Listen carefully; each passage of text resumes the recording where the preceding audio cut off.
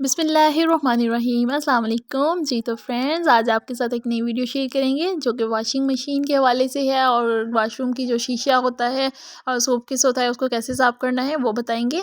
आप देख रहे हैं कि वॉशरूम में मौजूद चीज़ से ही हम इसका शीशे को, ग्लास को और इसके ढक्कन को, सब कुछ चीज़ों को साफ़ करेंगे और कितना अच्छा साफ़ होगा उसका भी आप रिजल्ट देखेंगे। बस आपने 5 मिनट्स इसे अप्लाई करना है ऊपर, और लगाना क्या है, टूथपेस्ट लगाएंगे हम। कोई भी टूथपेस्ट जो हम यूज़ करते हैं उसको हम ऊपर अप्लाई करेंगे अच्छे से, जैसे मैंने अप्लाई किया है। मैं A to Z इसलिए बताती हूँ और साथ प्रैक्टिकल करके भी दिखा रही होती हूँ कि आपको मुश्किल ना हो, आसानी रहे कि कैसे करना है और क्या करना है। सबसे पहले हमने उसे अप्लाई कर देना है। 5 मिनट जब लगा रहेगा उसके बाद हमने उसको, ग्लास को पानी से, हल्के से पानी से, क्योंकि इसके ऊपर उसके बटन्स होते हैं वो ख़राब नहीं होंगे, उससे पानी से थोड़ा सा साफ़ करेंगे। उसके बाद हम साथ ही कपड़े को लगाएंगे, गीला कपड़ा लगाएंगे और उसका रिज़ल्ट देख रहे हैं आप कितना अच्छा आया है।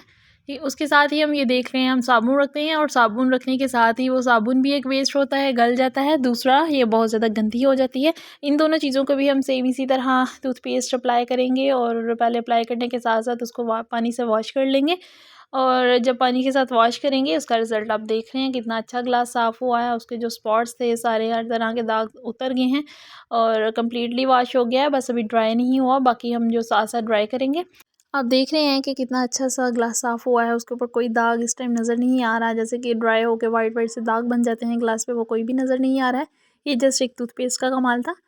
इसके साथ ही मैं दूसरी ट्रिक आपको बताऊंगी, जो कि हम सोप हमारा वेस्ट होता है, साबुन, उसको वेस्ट होने से कैसे बचा सकते हैं। हमने इस तरह के रबर्स लेने हैं, रबर बैंड जिसे कहते हैं, उन्हें ऊपर लगा देना है, उससे हमारी बहुत ज़्यादा बचत होगी। जी तो इसके साथ ही आपको नंबर 3 ट्रिक बताऊंगी, वो कौन सी है। जैसा कि आपको नज़र आ रहा है कि सामने शावर है और शावर में से पानी बहुत कम आ रहा है, तकरीबन ना आने के बराबर है। इसको हम कैसे साफ़ करेंगे जिससे हमारे पैसे बचें और हमें नया ना लाना पड़े।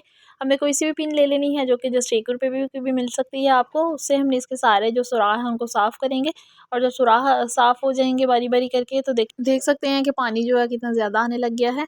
ये बहुत ही मज़े की और आसान टिप है जिससे हमारा 1000 से ₹1500 बच सकते हैं। उम्मीद है कि आपको मेरी वीडियोस पसंद आ रही होंगी। Thanks for watching. अल्लाह हाफिज़।